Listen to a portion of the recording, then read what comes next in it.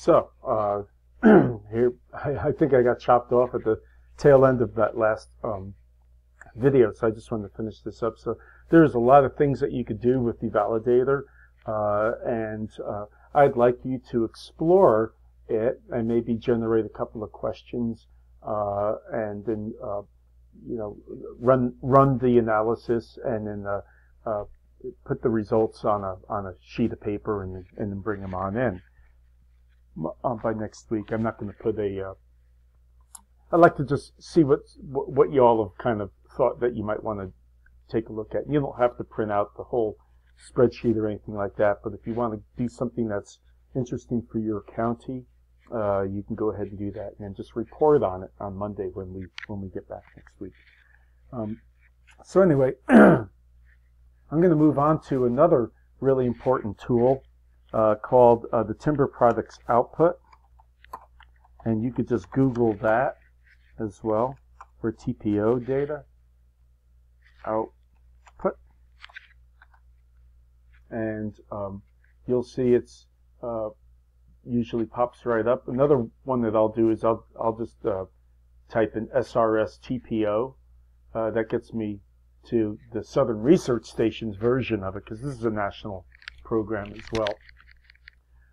When I go to that, so this is the one I selected, was the SRS TPO RPA, and it brought me to this screen here. Again, kind of cryptic, classic, U.S. Forest Service type stuff, but there's a lot of documentation on what TPO is all about. And basically what it is, it's a survey that's sent out annually every other year. It's a biannual survey that's sent out to all forest industry across the state. The fellow who his name is Clay Altizer. He's the forest industry specialist with the North Carolina Forest Service. He's the guy who does the work here in North Carolina. He headed up the APSAF meeting for this. He's actually the state division chair right now. So he's a great guy. Anyway, but he sends the survey out to folks, gets the data back. They compile it in terms of what's being harvested and how much. Okay, and you could do this at the county level. So usually, Jim, the guy who's heading the whole system for the Southern Research Station, is in fact a Haywood grad. I taught him the very first year I was there. James Bentley was I believe he was a wildlife major, but he ended up getting in with the FIA and the TPO folks, and so now he's in charge of that. So you never know what a 2-year degree will lead to here. Okay. So I usually just click on the one that they I want to go to the national TPO reports, and then I click continue. The next area that it brings me to is what state do I want to get data on? Okay, so I scroll down. North Carolina's on the right here, and you'll see it always lists the most recent data that they have. They're usually about 2 years behind on their data, but if you click on the down arrow, you can see it goes back to 1995. So again, if you're looking for trends, you want to see how much was harvested in certain areas and what types of products were being harvested, you can go ahead and do that. If I want to get all the counties, if I click on no selection, then nothing else will nothing will report. Okay, so I have to click on one of these two. So if I want all counties, then it'll just give me all the counties. If I want to pick and choose counties, I can click on the first county, and if I want to just pick and choose, then I just hold the control key down, and I can pick on whichever ones I want. Okay, so that's one way of doing it. Another way of doing it is if I want to select the whole swath of them, I click on the top, and then I hold the shift key down, and I click at the bottom, and it selects everything in between. All right. Notice that it's listed first in alphabetical order, and when you get through all 100 counties, then it lists them based on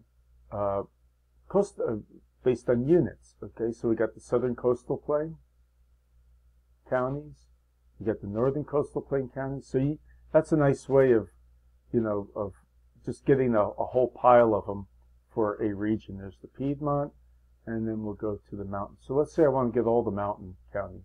I'd click on the top one, I'd scroll all the way to the bottom, hold the shift key down, and click the bottom one. So those are the counties I want to do, okay, in this case. Whatever counties you want. Now I'm just scrolling down, using my wheel to roll down. Don't worry about any of this stuff right now. You could put a user title, and that just pops up in the report.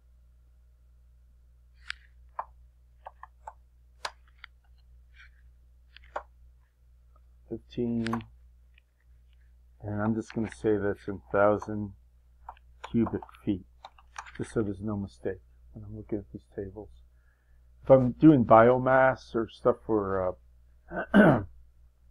for pellet industries, I could go into green tons, but I don't want to show the SQL query. Just a bunch of stuff for folks who are really familiar with this. I'm just going to have it show me the standard set of tables. Okay, click continue, and these are all the tables it's generated for those counties. All right. So these standard core tables are pretty good. So core tables 2, 3, 4, 5, 6, and 10. They list them all here.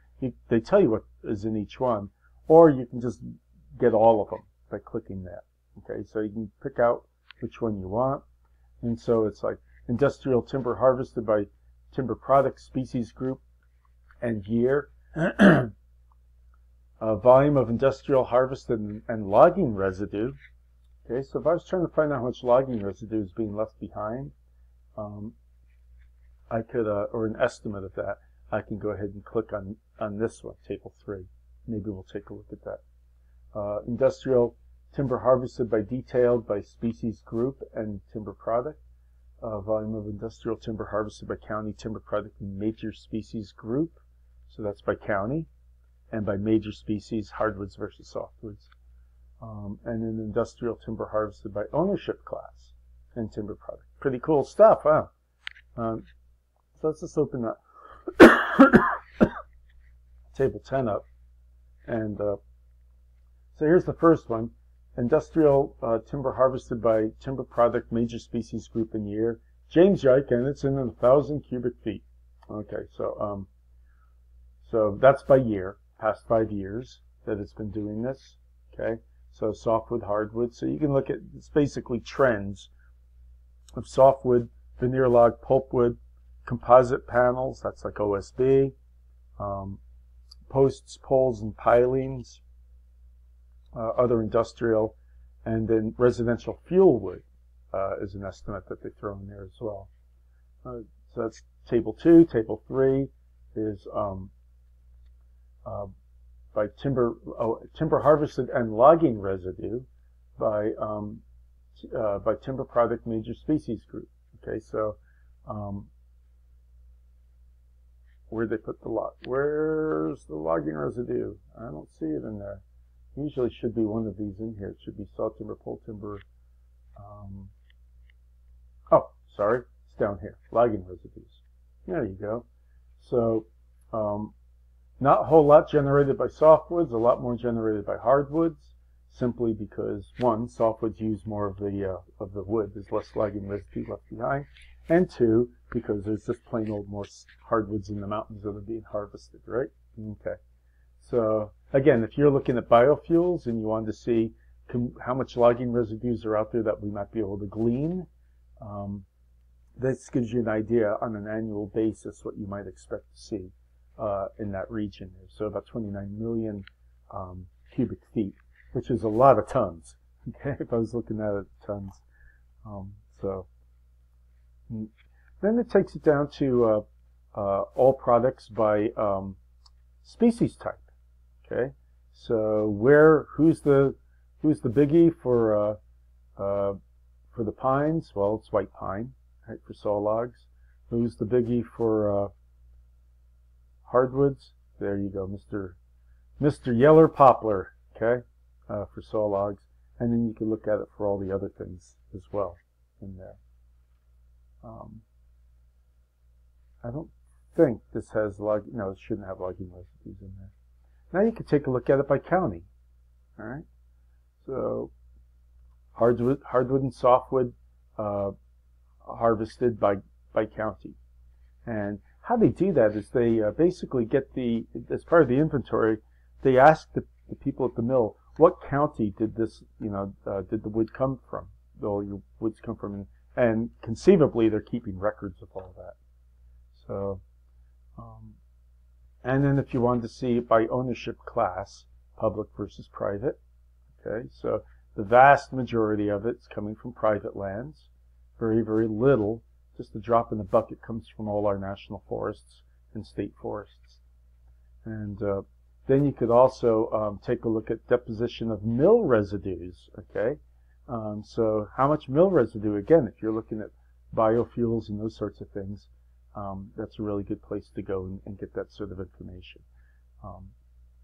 So there you go. You've got bark residues, coarse residues, fine, and then all residues. Right? So if you're trying to identify an area where, okay, so if you can think about this, if you combine the eValidator data and say, find all the areas where black walnut's growing, okay, where the growth rates of black walnuts are doing really good and the volumes are really high, and find out which counties those are, and then compare that with counties that are not harvesting as much black walnut. And if you're looking for black walnut, if you've got a good market for it, those may be areas that you can identify as possible counties where where black walnut may be. So there's just those sorts of questions that you can start asking yourself, especially when you're getting into the forest products industry.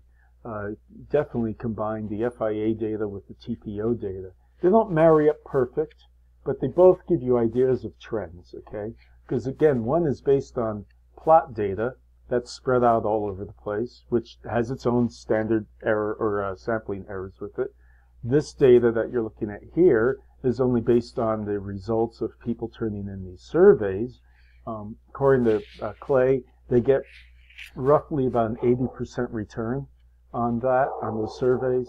He says that is the vast majority of the larger people. So most of them are honest, and most of them turn their data in, but it does leave you to wonder a little bit, on just how accurate the reporting is. So anyway, between those two, it's kind of cool stuff. We'll talk about this more in class. All right, y'all take care. Bye.